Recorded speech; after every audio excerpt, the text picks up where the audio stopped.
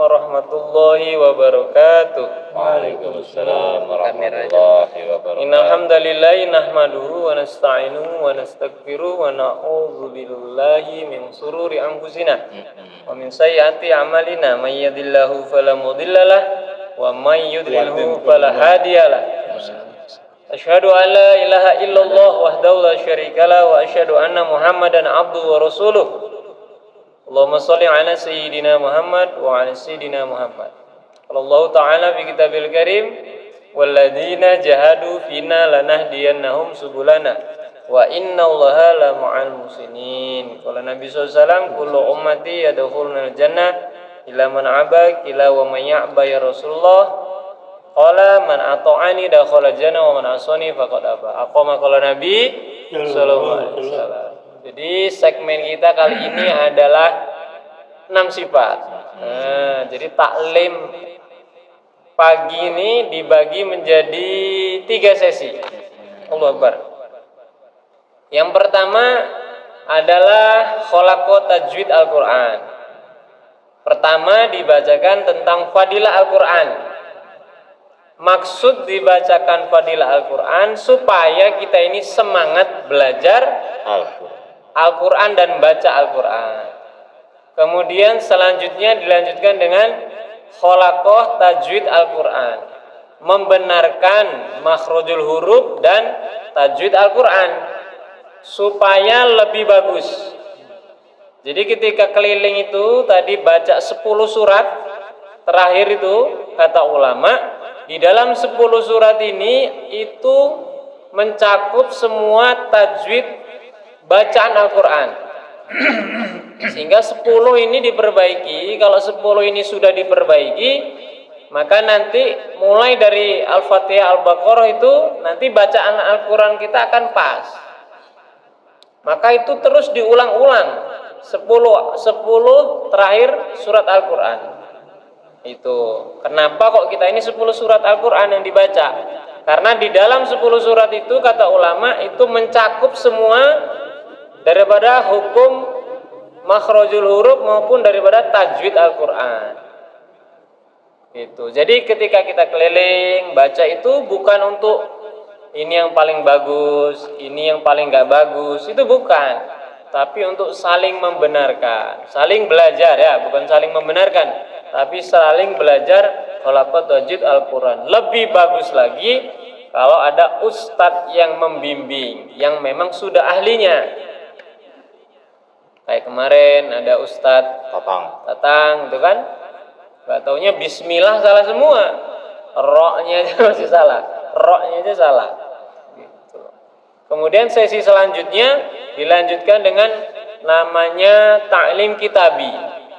Ta'lim kitabi itu dibaca dari bab iman, itu adalah dalil-dalil dari 6 sifat sahabat.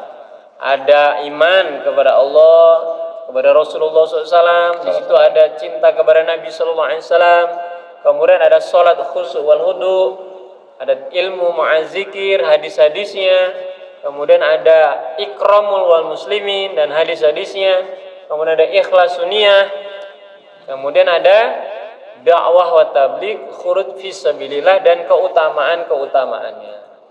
Jadi ketika kita baca ini maka kita akan tahu dalil-dalil dari 6 sifat sahabat.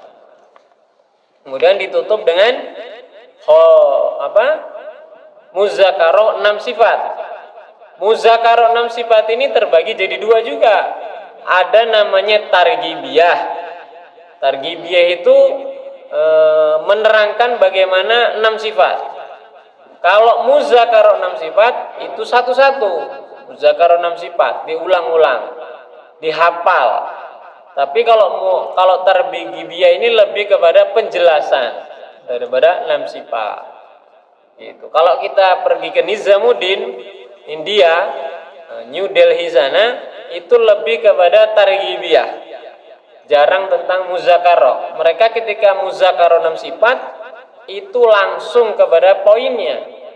Enggak seperti kayak maaf di Indonesia.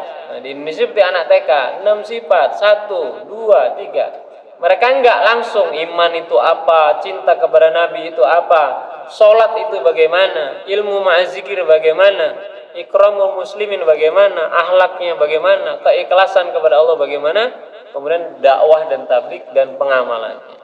Insyaallah. Gimana? Masih siap dengerin saya? Siap. Siap, Ya? Ustaz. Siap. Awal mula adalah muqaddimah. 6 sifat ini yang paling ini muqaddimahnya sebenarnya. Muqaddimah itu semua negara satu. Semua negara ini satu kalam.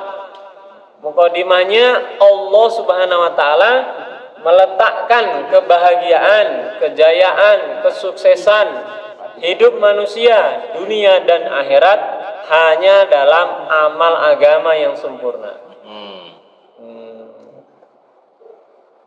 Amal agama yang sempurna yang seperti dicontohkan oleh Nabi SAW. Siapa orang yang mampu mengamalkan agama selain para nabi? Yaitu para sahabat.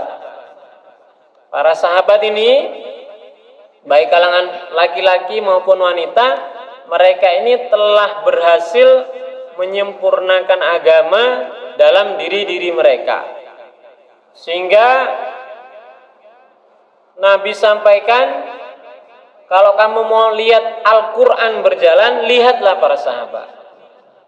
Gitu. Kalau kamu lihat Al-Quran berjalan, lihat para sahabat. Bahkan Nabi pernah mengatakan, seandainya ada Nabi setelah aku, kata Nabi, Umar orangnya. Kata Nabi, Sayyidina Abu Bakar itu 8 pintu surga memanggil nama Sayyidina Abu Bakar untuk dimasuki. Itu hebatnya ya. Sahabat ini kata ulama seperti bintang-bintang di langit. Satu saja kalian ikuti, maka kalian akan dapat petunjuk. Jadi sampel kita ini hadirin subhanahu wa ta'ala adalah para sahabat. Jangan ngelihat ahbab, jangan ngelihat karkun, jangan ngelihat sekarang ini. Sekarang ini banyak kekurangannya. Nisbatkan semua kepada sahabat, baru kita ini dapat petunjuk. Gitu. Insyaallah. Insyaallah. Saknya iya ini. Saknya baik, ini saknya baik. Sahabat itu kurang lebih ada 124.000. Kurang lebih 124.000 sahabat yang dikumpulkan pada haji wada.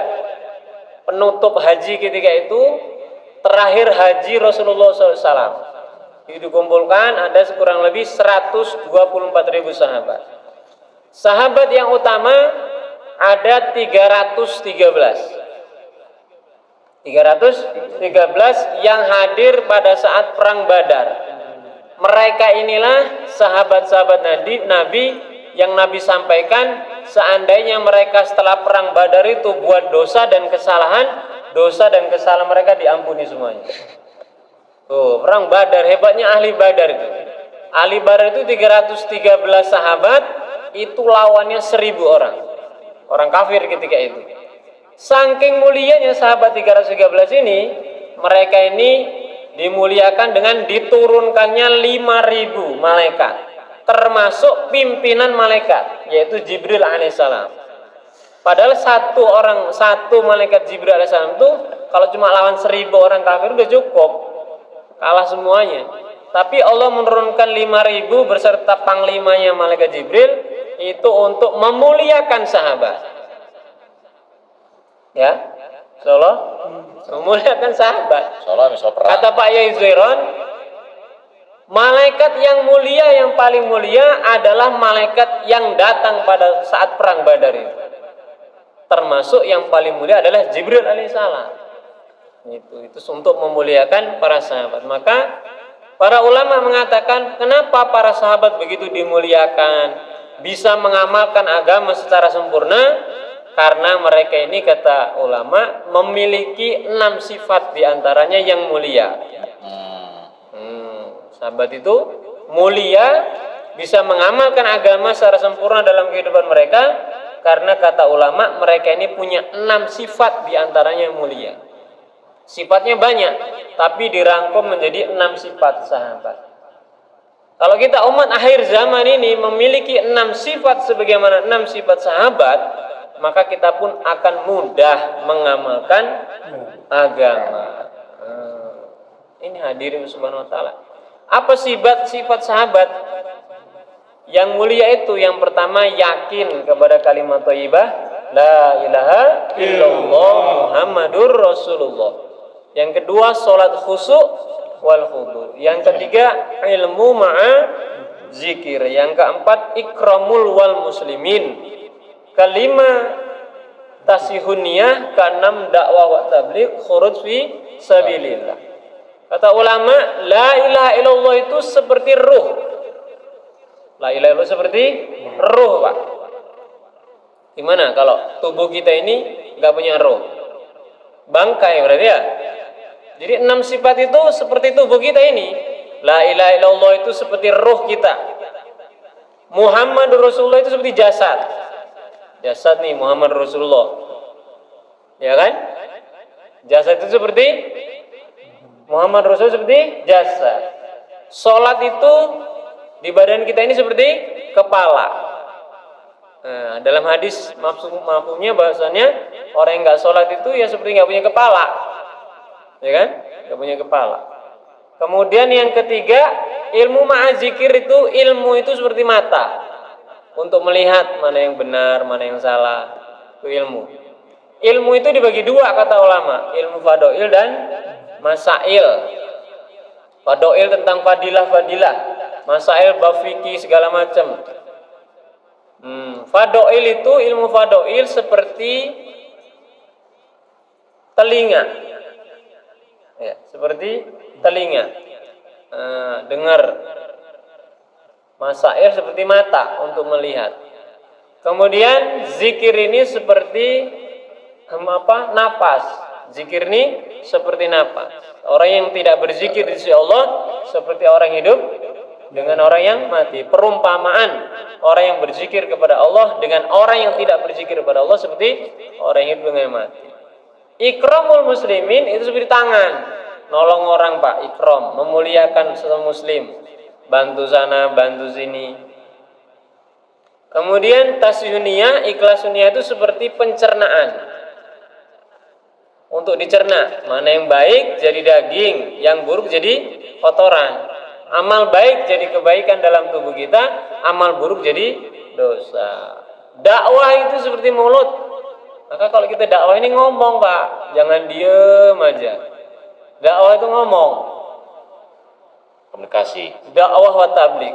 Khuruj fisabilillah ini seperti kaki. Kaki bisa berjalan kemana-mana. Jadi sudah sempurna. 6 sifat itu seperti tubuh sempurna, tapi belum punya pakaian kata ulama, baru telanjang. Pakaiannya apa? Pakaiannya adalah istri kita. Maka istri kita ini disuruh keluar juga. Masturat namanya, program untuk mensolehakan istri-istri kita supaya taat kepada suaminya, kepada Allah Subhanahu wa ta'ala. Sudah sempurna, pakai ada badannya, ada pakaiannya, tapi kita ini masih perang. Perang ini harus punya perisai. Perisainya ini adalah dengan sholat. Insyaallah. Allah. Gimana? Tasgil. Ya cukup.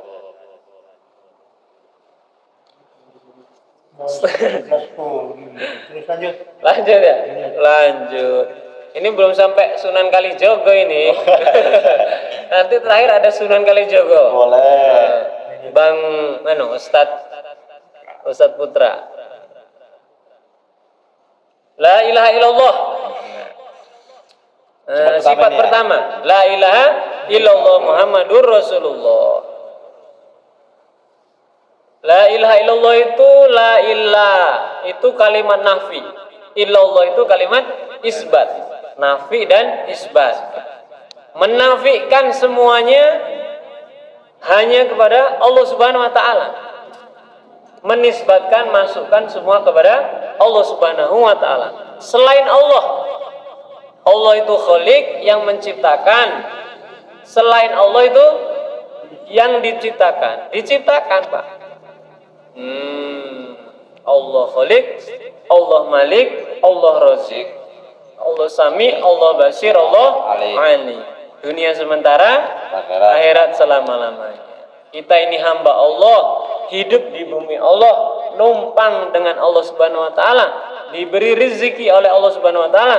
Malu kalau kita ini kembali kepada Allah, tidak taat kepada Allah, dan kita akan susah kalau kita kembali kepada Allah tanpa kalimat la ilaha illallah. Kata Ustaz Ridwan malam Jumat kemarin kan, setiap orang yang punya kalimat la ilaha illallah Muhammad Rasulullah, la ilaha illallah, itu adalah calon raja-raja di surga.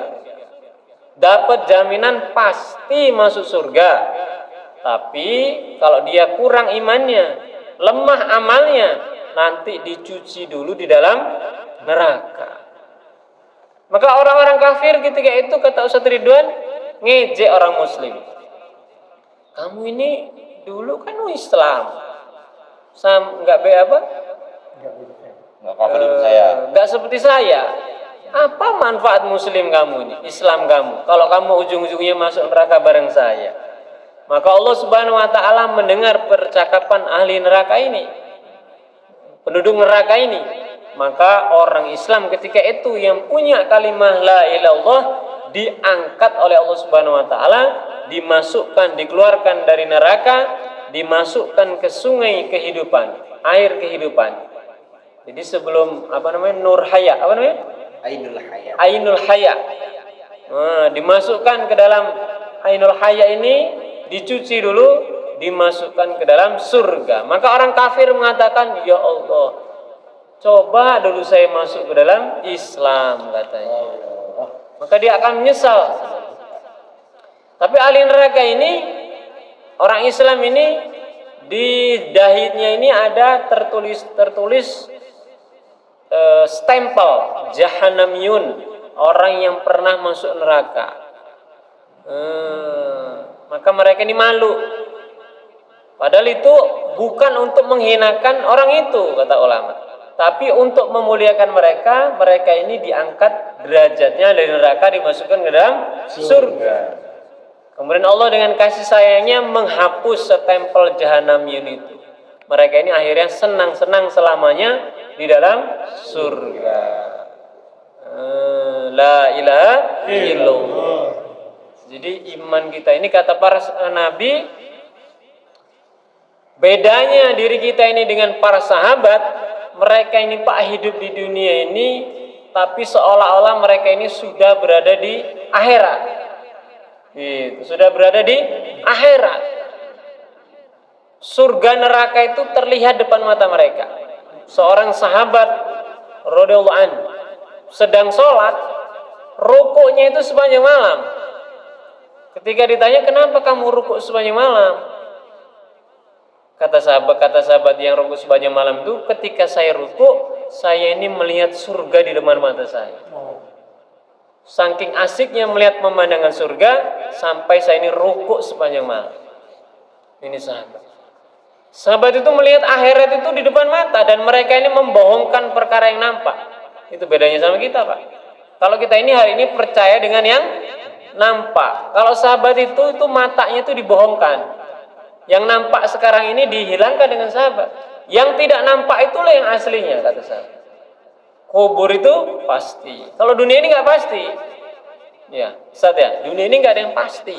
Orang kerja belum tentu dapat hasil. Orang dagang belum tentu untung. Ya, yang laki-laki, yang muda belum tentu tua. Yang tua belum tentu meninggal dunia. Kadang-kadang yang muda sudah meninggal dunia. Kadang dagang kita ini bukan untung malah rugi. Sudah untung kadang-kadang duitnya hilang begitu saja. La ilaha illallah. Ini bersahabat. Sahabat begitu dia. Sayyidina Abu Thalha. Sayyidina Abu Thalha. Itu kalau sholat, Pak, di kebunnya pernah sholat, tiba-tiba waktu baru 1 rakaat ada burung yang bertengger di pelepah kurmanya. Maka terganggu dengan perkara ini. Di dalam sholat dia langsung bernazar. Dalam sholat tapi nggak diucapin, Pak. Saya menyedekahkan kerbun ini di jalan Allah. Selesai sholat menghadap Rasulullah SAW. Selesai sholat menghadap Rasulullah SAW. Ya Rasulullah, sesungguhnya saya telah menyedekahkan kebun ini di jalan Allah. Itu sahabat, Pak, bedanya. Ada perkara yang mengganggu dalam amal ibadah mereka, mereka semua sedekahkan. Karena mereka yakin bahwasanya balasan mereka ini lebih banyak di surganya Allah Subhanahu wa taala. Kemudian inilah yakin sahabat, Pak, dengan akhirat, dengan Allah Subhanahu wa taala, takutnya luar biasa kepada Allah Subhanahu wa taala. Sehingga Sidina Ali kalau dengar azan Allahu Akbar, langsung gemetar, pucat badannya, Pak. Langsung pucat badannya. Kata dia sahabat ditanya, "Oh Ali, kenapa kok sampai pucat seperti ini? Kamu kan cuma dengar azan." "Saya biasa aja dengar azan." "Kamu tahu nggak hari ini setelah azan ini kita ini akan menghadap kepada siapa? Kita ini akan menghadap kepada Allah Raja di Raja yang menentukan nasib kehidupan kita dunia dan akhirat. Kok kamu nggak takut?" Itu Sayyidina Ali, Pak. Ini Pak, imannya sahabat. Dengar Allah saja mereka ini bergetar hatinya. Ya enggak? Ciri-ciri orang beriman di dalam Al-Quran, apabila disebut nama Allah maka bergetar hati. Itu Pak, ciri orang beriman. Kita ini tanda tanya enggak kita ini kan? Ketika dengar azan Ustadz Putra ini kan, Allahu Akbar, Allahu Akbar. Yang suaranya bisa gitu kan. Azan waktu makan siang nih. Kadang-kadang kita dengar azan masih santai, masih tidur, masih ini ya kan? Allah, berarti belum ada rasa takut Allah di dalam hati kita ini, Pak. Ini masih dipertanyakan imannya. Kata Nabi SAW, kalau kata ulama, iman ini pertama kali hadis Subhanahu wa taala yang dipertanyakan di akhirat. Kalau cacat iman kita ini nggak diterima sama Allah, Pak. Kalau sholat masih ada sholat sunnah, kalau puasa mah dia puasa sunnah. Kalau zakat masih ada sedekah, kalau haji masih ada umroh. Tapi kalau perkara iman cacat sedikit saja, ini tidak diterima oleh Allah Subhanahu wa taala. Maka kata Nabi SAW, sekecil-kecilnya iman Allah akan balas dengan surga yang luasnya 10 kali lipat dunia. La ilaha illallah. Man akhiru kalami la ilaha illallah dakhala jannah. Barang siapa yang ketika akhir hayatnya mengucapkan la ilallah, pasti dijamin surga. Kata ulama, hati kita ini seperti gelas yang kosong, diisi pakai air putih, dikeluarkan jadi air kopi. Mungkin nggak? Nggak mungkin, Pak. Kalau air putih dituangkan ke gelas, maka ketika dikeluarkan tumpahkan jadi air putih. Begitu juga hati kita ini, Pak. Kalau hati kita ini ada kebesaran dunia, kebesaran makhluk, Allah Subhanahu wa taala tidak akan bersemayam di hati kita ini. Ketika kita mati nggak bisa mengucapkan la ilaha illallah. Dulu di Raja Basah, terminal Raja Basah, ada seorang kernet yang hari-hari mengucapkan Raja Basah, Raja Basah, Raja Basah, hari-hari diulang itu karena kernet. Kernet bis. Maka ketika dia tabrakan mati, dia mengucapkan Raja Basah, Raja Basah, Raja Basah. Ada pedagang di Pasar Gintong. Pedagang bukan Pak Jen, dia yang malakin Pasar Gintong dulu. Di Pasar Gintong. Dia ini tukang ikan, yang ini segininya, ini segini. Ketika mati, maka dia mengucapkan ini segini, ini segini. Ada di Metro atau Kota Gajah. Metro atau Kota Gajah itu tukang sapi, Pak. Banyak peternak sapi dia, pedagang sapi, peternak sapi pula. Hari-hari dengan sapi, hari-hari dengan sapi, nggak pernah merasakan kebesaran Allah. Ketika mati, sapi saya, sapi saya, sapi saya katanya. Allah. Terus lanjut ya, bisa sahabatnya. 6 sifatnya mau sapi-sapi. Ya, iki 6 sifat lah, sabar loh. Trik ini. La ilaha illallah. Maka Pak, kalau kita pingin mati dalam keadaan bisa mengucapkan la ilaha illallah, maka masukkan kebesaran Allah di dalam hati kita. Biasakan kalau ketemu orang ucap Allah, bicarakan kebesaran Allah gitu Pak. Kemudian setelah la ilaha illallah, kita ini juga sahabat itu punya keyakinan kepada Muhammadur Rasulullah. Cinta yang sesungguhnya kepada Nabi Shallallahu Alaihi Wasallam. Karena memang yang pantas dicinta di dunia ini Pak, itu adalah Nabi Shallallahu Alaihi Wasallam. Orangnya sempurna, tubuhnya sempurna Pak, akhlaknya apalagi sempurna. Nabi Shallallahu Alaihi Wasallam itu paling ganteng. Kalau Nabi Yusuf dulu, Siti Julaiha sampai teriris-iris tuh Pak, teriris-iris gara-gara buah, gara-gara ngelihat Nabi Yusuf alaihissalam. Tapi kata ulama, Nabi Sallallahu Alaihi Wasallam itu beda, tampannya lebih tampan daripada Nabi Yusuf. Kalau kita kata ulama, Nabi Sallallahu Alaihi Wasallam bersanding dengan seseorang, ketampanan Nabi Sallallahu Alaihi Wasallam langsung membias, nular ke sebelahnya. Hebatnya cahaya nur Nabi Sallallahu Alaihi Wasallam. Bahkan ada ulama menggambarkan, bikin syair. Lam yahtalim qatu toha mutlaqon abada wa mata sa'aba aslam fi madza zamani. Ada berapa itu? Apa Ustaz? Itu adalah syair untuk memuji Nabi SAW. Nabi SAW itu kalau buang hajat, hajat itu langsung ditelan, nggak ada bekasnya. Nabi SAW itu kalau jalan itu nggak ada bayang-bayangnya Pak. Jadi bayangnya itu nggak diinjak. Itu Nabi SAW. Nyamuk lalat itu nggak hinggap di tubuh Nabi SAW yang mulia. Oh, kayak apa Pak orang Nabi SAW? Ya. Sehingga ada sahabat Abu Sufyan mengatakan, aku ini delegasi. Delegasi itu orang yang bicara, pembicara. Aku sering berhadapan dengan Raja Najasyi, Raja Persia, Raja Rom. Tapi aku nggak pernah melihat rakyatnya menghormati rajanya sebagaimana para sahabat menghormati dan mencintai Rasulullah SAW. Ketika Rasulullah SAW meludah, maka ludah itu ditadahi Pak, pakai tangan sahabat, diusapkan ke tubuh mereka. Ketika Rasulullah SAW berwudu, maka air wudu itu jadi bekas wudunya direbut-rebutan, diusapkan ke tubuh-tubuh mereka. Ketika Rasulullah SAW memberikan perintah, maka sahabat mengatakan, sami'na wa ato'na. Kami dengar ya Rasulullah dan kami taat. Gak ada tuding alih-alih. Itu sahabat. Seorang sahabat ditawan oleh orang Persia. Kemudian untuk menakut-nakuti ini sahabat, maka satu sahabat dicelupkan, dimasukkan ke dalam minyak goreng panas.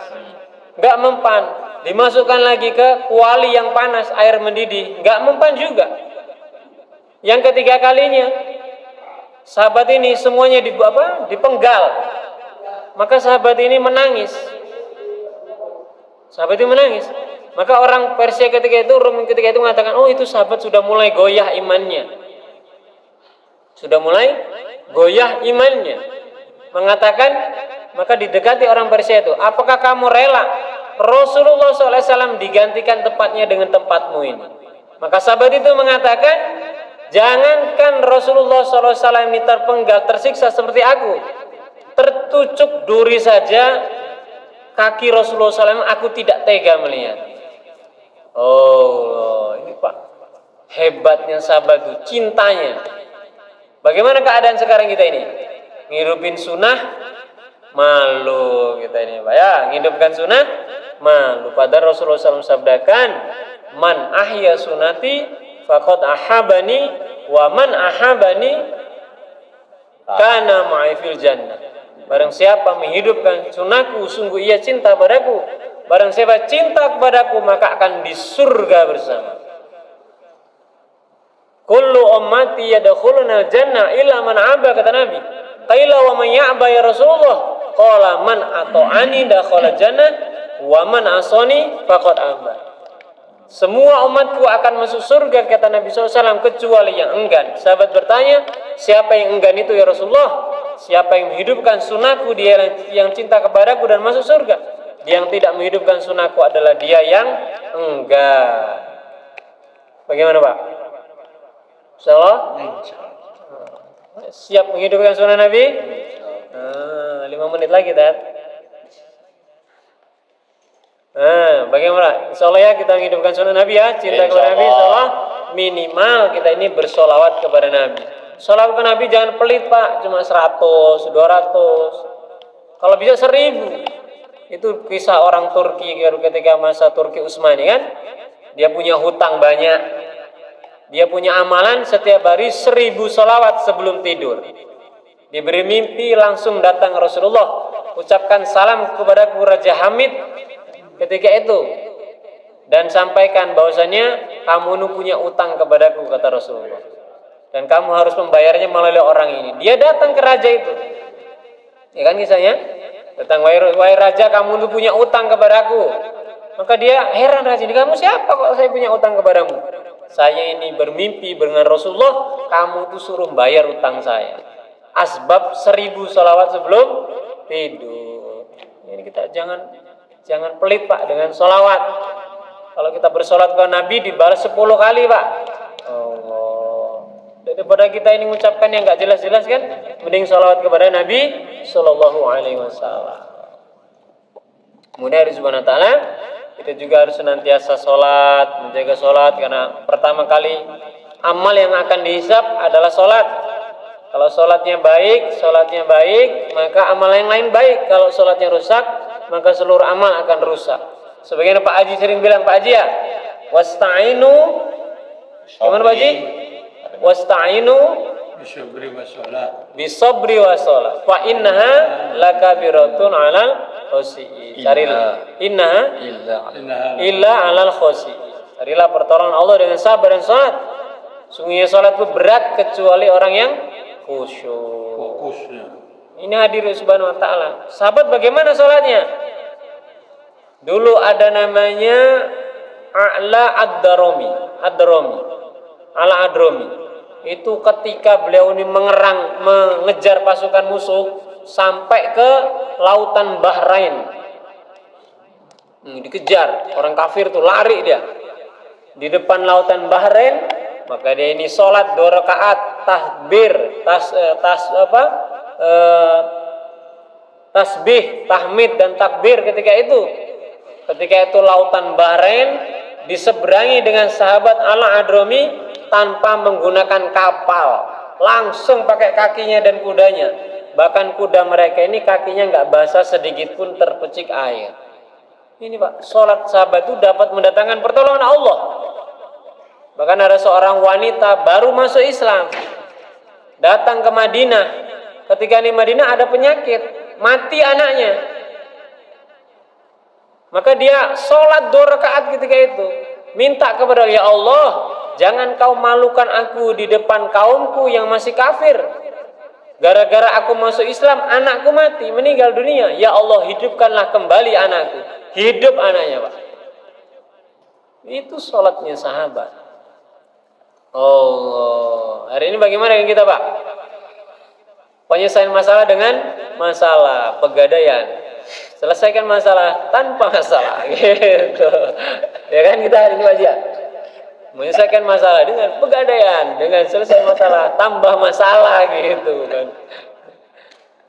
Supaya sholat kita baik perlu butuh ilmu, ya.